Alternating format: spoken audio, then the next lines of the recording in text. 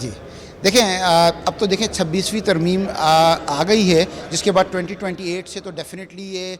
پورا کا پورا سسٹم جو ہے ربا فری ہوگا، لیکن ہم اسٹیٹ بینک اس سے پہلے بھی کام کر رہا تھا۔ دیکھیں پچھلے تقریباً 1-1.5 سال سے ایسا ہو رہا ہے کہ ایک اسٹیئرنگ کمیٹی بنی ہوئی ہے،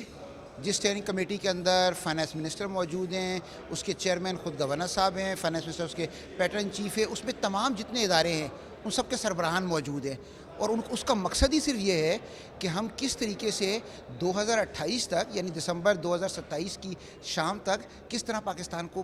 پورا کا پورے سسٹم کو ربا سے فری کر سکتے ہیں۔ اس کے اندر دیکھیں بہت سے کمپوننٹ ہیں، جس طرح میں نے کانفرنس میں بھی کہا تھا کہ کچھ چیلنجز بھی ہیں۔ مثلا چیلنجز یہ ہے کہ لوگوں کو یہ بتانا کہ اب ان کو اسلامک بینکنگ کی طرف زیادہ سے زیادہ آنا چاہیے، تو یہ اویئرنیس کا ایک سسٹم ہے۔ بینکوں کو جب یہ کنورٹ ہوگا تو بینکوں کے پاس لوگ کہاں سے ہوں گے، وہ ایکسپرٹ اسلامک بینکنگ کہاں سے ہوں گے، تو ان کی کیپیسٹی بلڈنگ کرنا وہ بھی ایک اہم چیلنج ہے۔ سکوک زیادہ سے زیادہ ایشو ہوں، کیونکہ جتنے اس وقت گورنمنٹ کی جو اس وقت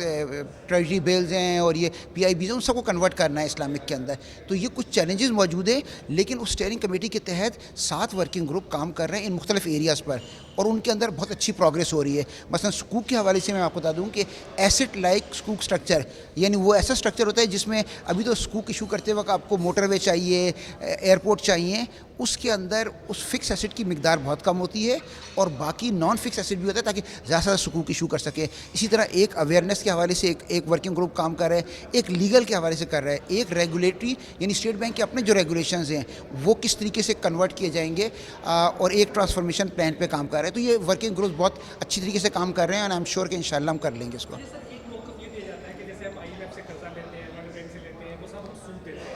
تو یہ جب اسلامی نظام ہو جائے گا، سود ختم کر دیں تو وہ کیسے کریں گے؟ دیکھیں یہ ایک چیلنج ہوگا، بہت بڑا چیلنج ہے یہ، کہ خاص طور پر وہ جو کہ ملٹی لیٹرلز ہیں یا ایون بائی لیٹرلز ہیں،